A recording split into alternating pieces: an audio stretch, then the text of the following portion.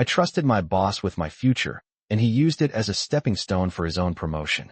At 29 years old, I thought I had finally figured out how the corporate world worked. I had the corner cubicle with the decent view of downtown Chicago, a salary just shy of $80,000 a year, and a 5-year plan mapped out in a color-coded spreadsheet on my laptop. I wasn't naive, at least that's what I told myself. I knew promotions didn't just fall into your lap. You had to earn them. You had to stay late, volunteer for the hard projects, and prove you were indispensable. That's exactly what I'd been doing for the past 3 years at the company. And then Michael Reynolds walked into my professional life and made me believe that hard work was finally about to pay off. Michael was our director of marketing, early 40s, sharp suits, calm voice, the kind of leader who remembered your name and asked about your weekend like he genuinely cared. The first time he complimented my work in front of the team, I felt my face flush with pride. Olivia's strategy increased engagement by 32% in a single quarter, he said during our Monday meeting, and everyone turned to look at me. In a department of 15 people, recognition like that mattered. After the meeting, he stopped by my desk and said, "You've got real leadership potential." That sentence replayed in my head all the way home during my 40-minute commute. Leadership potential. No one had ever said that to me so directly before. From that day on, things shifted. Michael started inviting me to smaller strategy sessions, just the two of us in his glass-walled office overlooking the river. He would close the door, pull up a chair next to mine instead of sitting across the desk, and ask what I really thought about upcoming campaigns. Not the safe answer, the honest one. I told myself this was mentorship. This was what career growth looked like. He'd nod thoughtfully, sometimes jotting down notes, sometimes smiling like I'd just confirmed something he already suspected. "You see angles most people miss," he told me once. I went home that night and updated my 5-year plan. I moved the promotion timeline up by 12 months. That's how confident I felt. It wasn't just flattery. He gave me responsibility. Bigger budgets. More visibility. He CC'd me on executive emails. When the VP asked for preliminary numbers, Michael would say, "Olivia's leading that analysis." I started arriving at the office before 8 a.m., coffee in hand, determined to prove that his trust in me wasn't misplaced. I skipped happy hours. I spent Saturdays refining slide decks at my kitchen table, convinced that this was temporary sacrifice for long-term reward. When friends asked why I was working so much, I'd shrug and say, "I have a boss who actually believes in me." Saying it out loud made it feel even more real. Looking back now, I realize how badly I wanted that belief to be true. I wasn't just working for a paycheck anymore. I was working for validation. I wanted to be chosen. I wanted to be the success story Michael could point to as proof of his leadership. And the more he praised me, the more I gave. Ideas, time, energy, loyalty. I didn't see any red flags. I saw opportunity. I saw a straight path to the director title I'd been dreaming about since college. I genuinely thought I had found a mentor who would pull me up with him. I had no idea I was just building the ladder he planned to climb alone. The more access Michael gave me, the more special I felt, and that feeling became addictive. It started with small things, like him forwarding me emails from the executive team and asking for my thoughts before he responded. Then it turned into private calendar invites labeled strategy alignment, just the two of us for an hour at a time.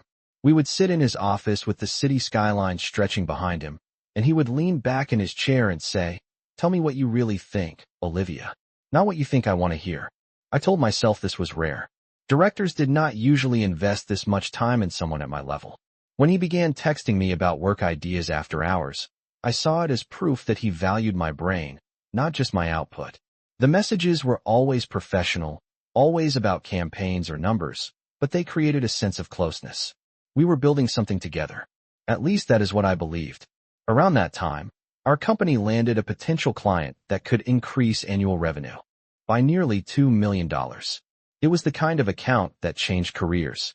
Michael called me into his office and closed the door softly behind me. He said he wanted fresh thinking, something bold that would stand out in a crowded market. He said he trusted me more than anyone else on the team to develop the initial concept.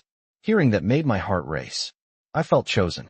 I went home that night and spread documents across my dining table, mapping out audience segments, projected return on investment, and a multi-phase digital rollout.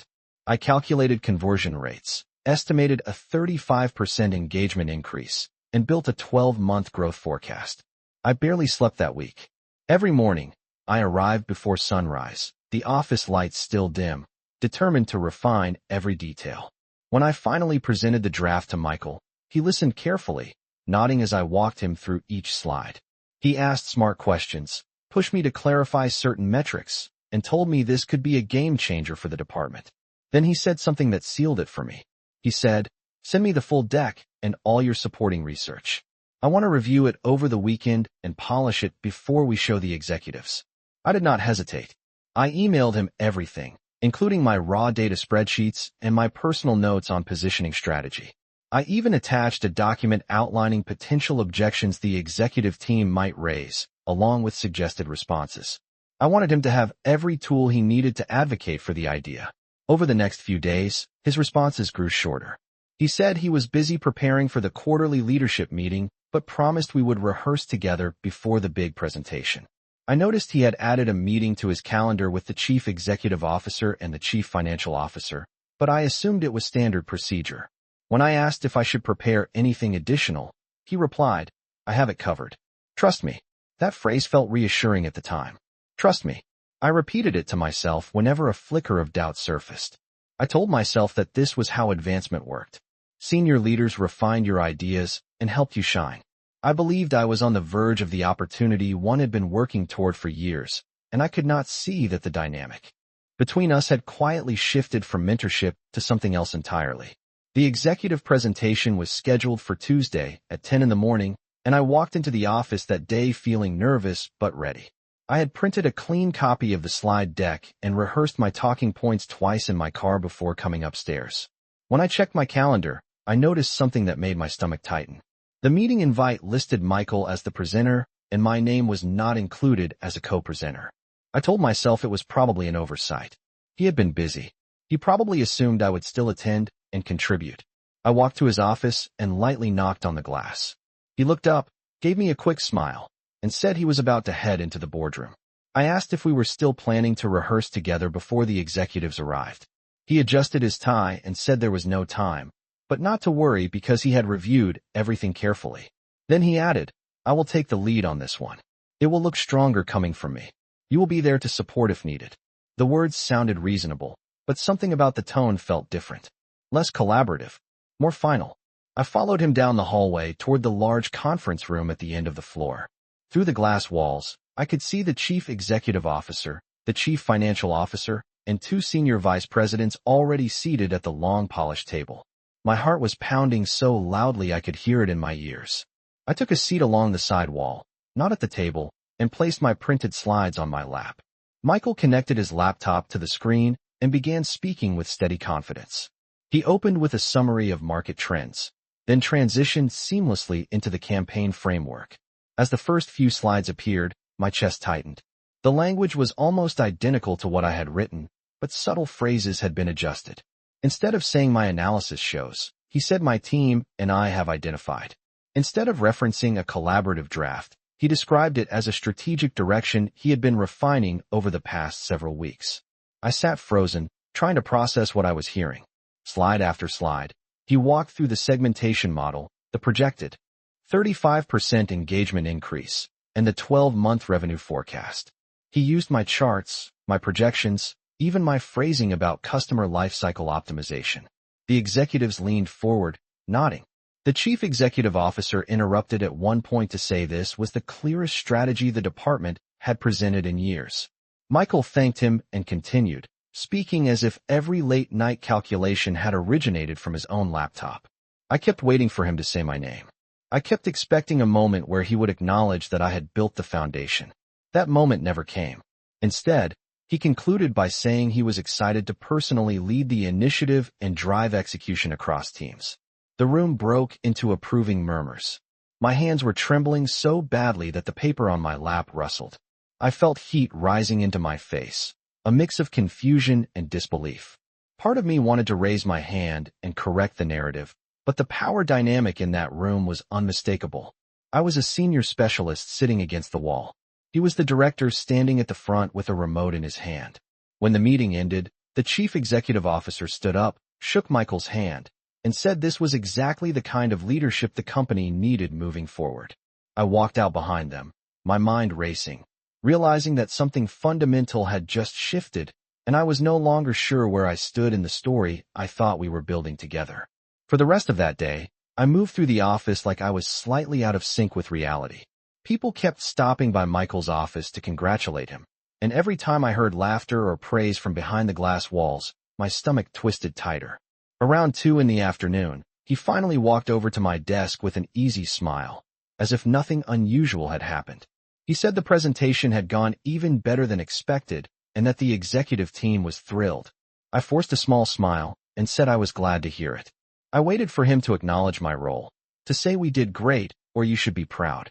Instead, he lowered his voice and said this was just the beginning and that there would be plenty of opportunity for me to contribute as the project rolled out. The way he phrased it made it sound like I had been invited to assist, not that I had built the foundation from scratch. I felt a wave of heat rush through my chest, but I kept my tone steady and asked why my name had not been mentioned in the meeting.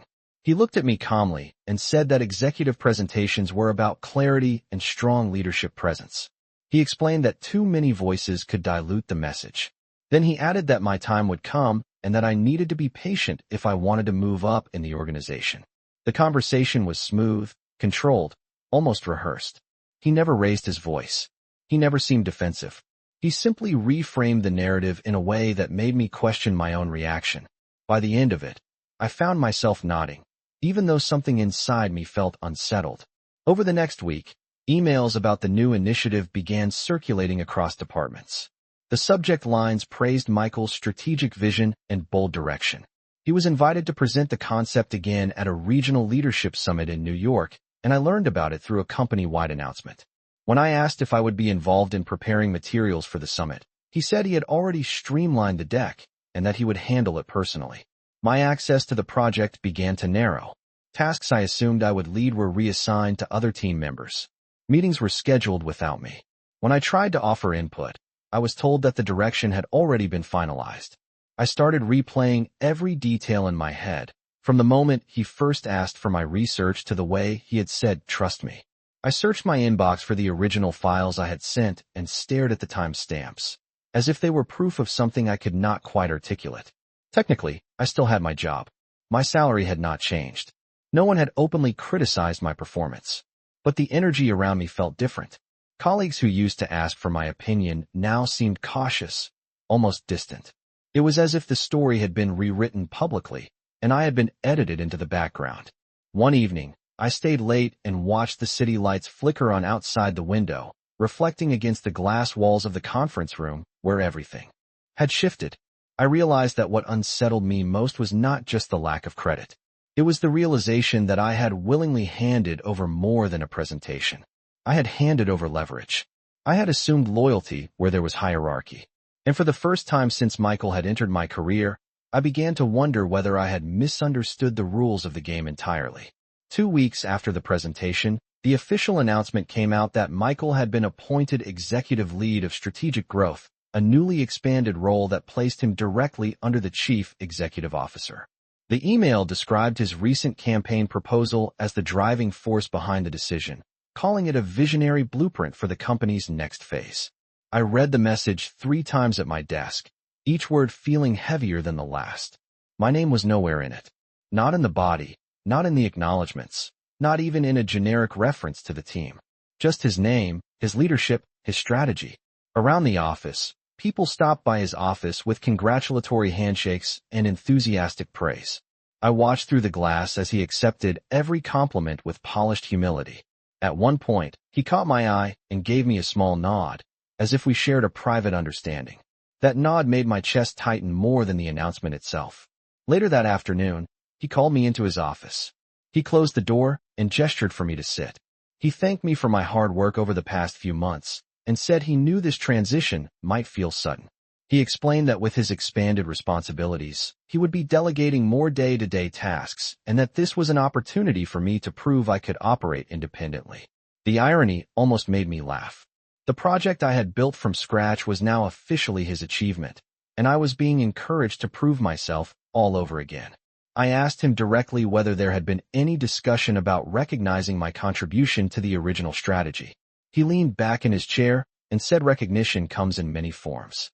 He reminded me that I had gained exposure to executive-level thinking and that proximity to leadership was valuable in itself. He said if I continued to perform well, my growth would happen naturally. The conversation left me feeling small, like I had misjudged my own importance. That evening, I opened the original presentation files on my laptop at home. I compared my first draft to the version Michael had presented. The structure was identical. The data points were identical. Even the projected 35% engagement increase and 12-month revenue forecast were unchanged. The only difference was the narrative framing. The language had shifted from collaborative to authoritative, from exploratory to decisive. It was subtle enough that no one outside the process would question it, but clear enough that I could see exactly what had happened. I realized that I had not just given him information. I had given him positioning. I had provided the substance, and he had provided the spotlight. Over the next few days, I noticed another change. Decisions about the initiative were now being made in rooms I was not invited into. When I asked for updates, I received summarized versions instead of direct access. Colleagues who once looped me in automatically now deferred to Michael for direction. It was as if my credibility had been absorbed into his promotion. One afternoon, while reviewing performance metrics, I overheard two coworkers discussing how impressive it was that Michael had developed such a comprehensive strategy on his own. I felt my face burn, but I stayed silent. Correcting them would sound defensive, maybe even bitter. In corporate culture, perception often outweighs origin. That was when the final realization settled in. Trust had not been the currency of advancement. Visibility had, and I had handed mine over without securing any claim to it. The promotion announcement was not just a milestone in his career. It was confirmation that the narrative had been rewritten permanently, and I was no longer the rising talent in the story. I was the invisible foundation beneath someone else's success. In the weeks that followed, the distance between what I knew and what everyone else believed became harder to ignore. The campaign officially launched under Michael's expanded title, and internal newsletters highlighted his leadership in bold headlines. He was invited to speak on a company-wide webinar about innovation and strategic thinking, and I watched from my desk as his face filled the screen in the conference room. He walked through the exact framework I had designed, explaining the segmentation model and the projected 35% engagement lift as if it had come to him in a flash of insight. Employees from offices in Los Angeles, Dallas, and Boston typed praise into the chat box, calling the strategy brilliant and forward-thinking.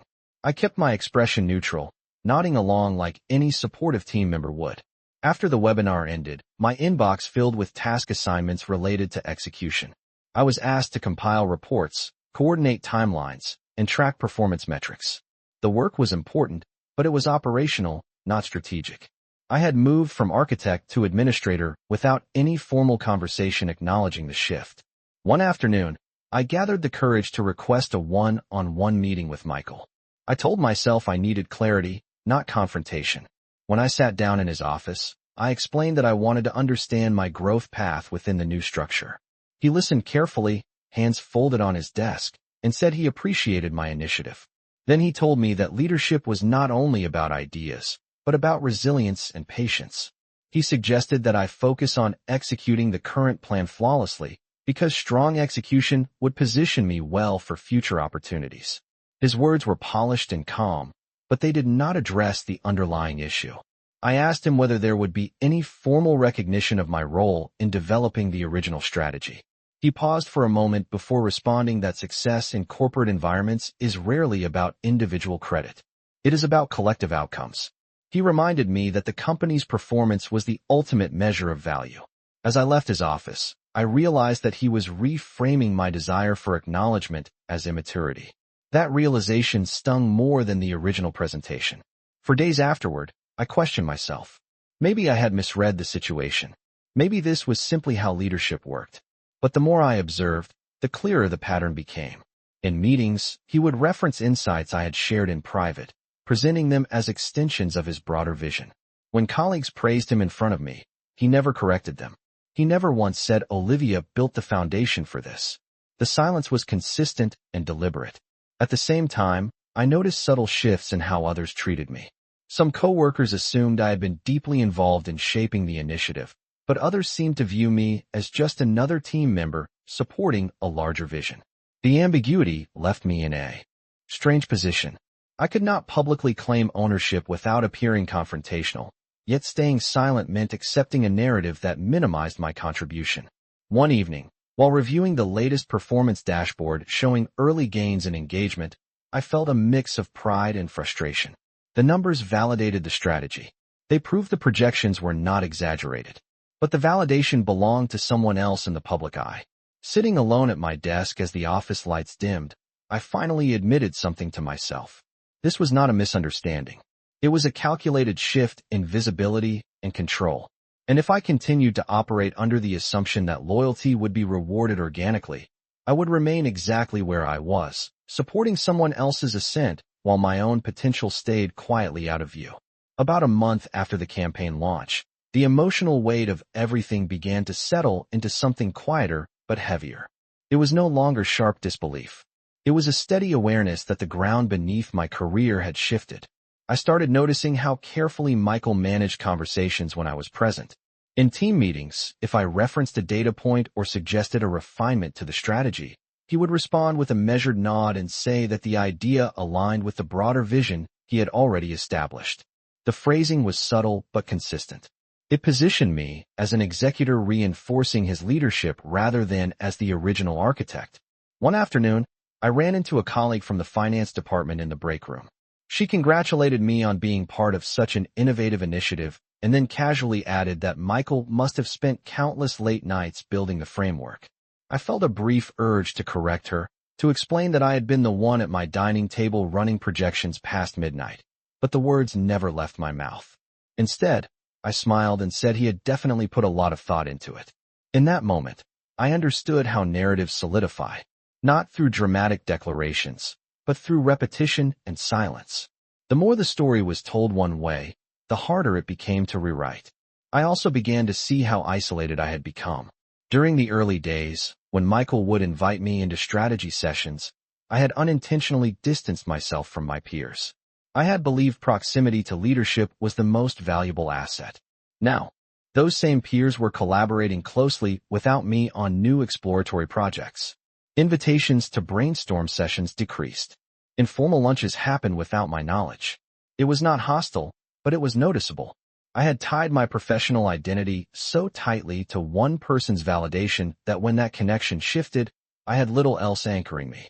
At home, I started replaying every conversation in my head, analyzing tone and wording the way I once analyzed engagement metrics.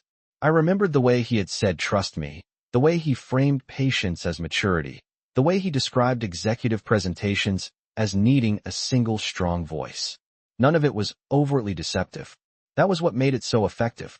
He had not lied. He had simply controlled visibility. I realized that I had mistaken access for partnership. Access can be revoked. Partnership requires acknowledgement. The distinction felt painfully clear now. One evening, as I reviewed performance reports showing the campaign exceeding its projected 35% engagement increase, I felt something unexpected. It was not just frustration. It was clarity. The numbers proved that my thinking had value. The strategy was sound. The problem was not my capability. It was my assumption that merit alone guaranteed recognition. I began documenting everything more carefully. I saved emails in organized folders. I summarized meetings and follow-up messages, explicitly outlining my contributions and suggestions. I started speaking up earlier in group settings, even if my voice felt slightly unsteady. I did not confront Michael directly again. Instead, I shifted my focus inward. If visibility was currency, then I needed to manage my own account. The experience had stripped away the illusion that loyalty would naturally translate into advancement. It forced me to examine how I had participated in my own invisibility. And for the first time since that boardroom presentation, I stopped seeing myself as a passive victim of circumstance. I began to understand that while I could not rewrite the narrative that had already been told, I could decide how the next chapter would unfold. By the start of the next quarter, something inside me had fully shifted. I was no longer waiting for acknowledgement from Michael, and I was no longer hoping that someone in leadership would suddenly recognize what had happened. Instead, I began paying attention to patterns beyond my own experience. In meetings, I observed how ideas traveled through the room. When a junior analyst suggested something innovative, the comment often floated for a few seconds before being reshaped by someone more senior. The reshaped version received the approval. It was not always malicious. It was structural. Authority amplified ownership. That realization removed the personal sting and replaced it with strategic awareness. I scheduled informational coffee meetings with directors from other departments, not to complain, but to learn how they navigated visibility. I asked questions about how they positioned initiatives, how they ensured their names stayed attached to their work, and how they balanced collaboration with credit. The answers were consistent. Document contributions. Speak early. Send recap emails. Build allies beyond one direct supervisor.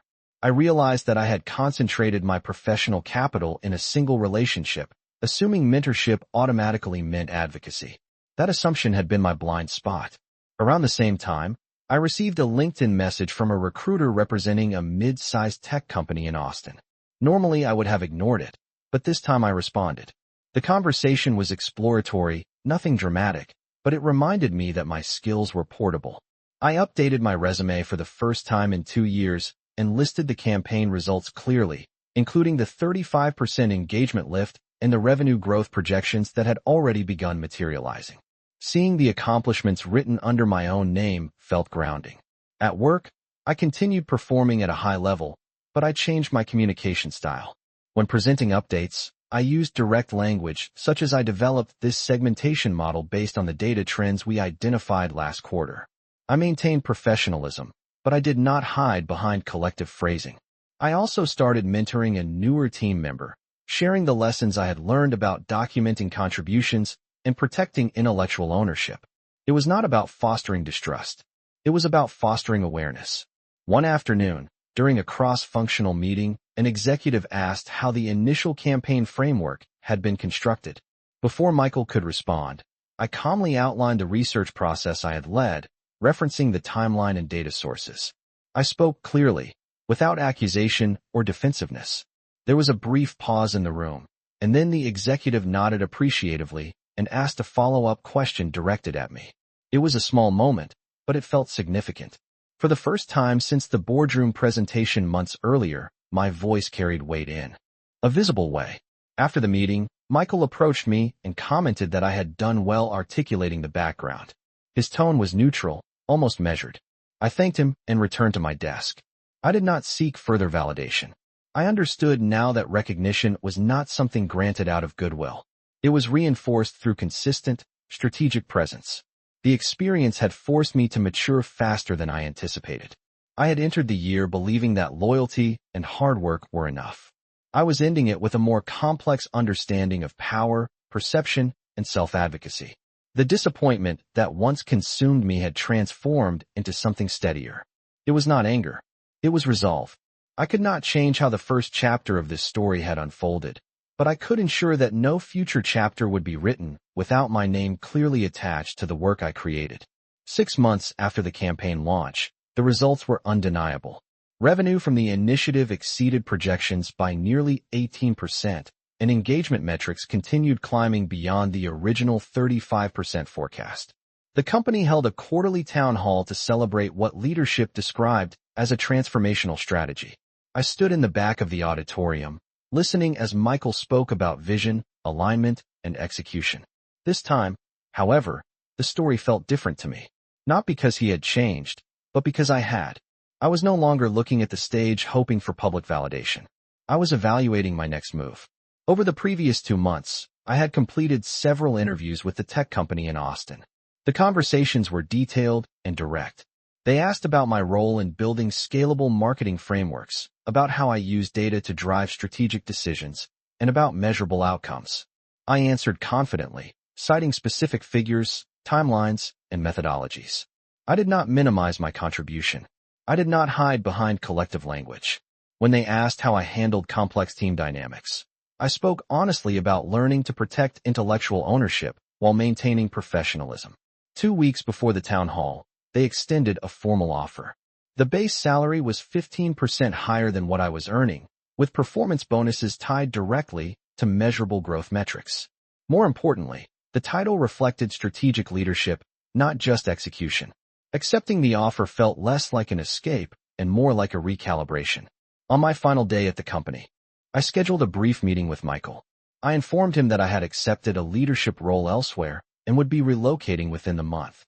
He appeared surprised, though his composure remained intact. He said he had always seen potential in me and wished me the best. There was a pause between us, filled with unspoken history. I thanked him for the opportunities one had been given and meant it in a limited but genuine way. The experience had sharpened my awareness in ways comfort never would have. Walking out of the building that afternoon, carrying a small box with framed photos and notebooks, I felt lighter than I had in months. The skyline that once symbolized ambition now represented transition. In the weeks that followed, I settled into my new role and immediately noticed a cultural difference. Strategy meetings included explicit acknowledgement of contributors. Presentation slides listed team leads by name. When I introduced a new segmentation model during my first executive review, my supervisor publicly credited me for the framework and invited me to present the results directly. The contrast was striking. It confirmed something I had slowly learned. Environments shape narratives, but individuals must safeguard their own. Looking back, I no longer frame that chapter of my career as a simple story of betrayal. It was an education in power, perception, and responsibility. I had entered that year believing trust alone could accelerate success. I left it understanding that trust without boundaries can blur ownership. The mistake was not working hard or believing in mentorship. The mistake was assuming that visibility would automatically accompany contribution. Now, whenever I mentor someone early in their career, I share one principle that reshaped mine. Be collaborative, be generous with ideas, but never be silent about your role in creating them. Because in corporate life, narratives move fast, and if you do not actively participate in writing yours, someone else will.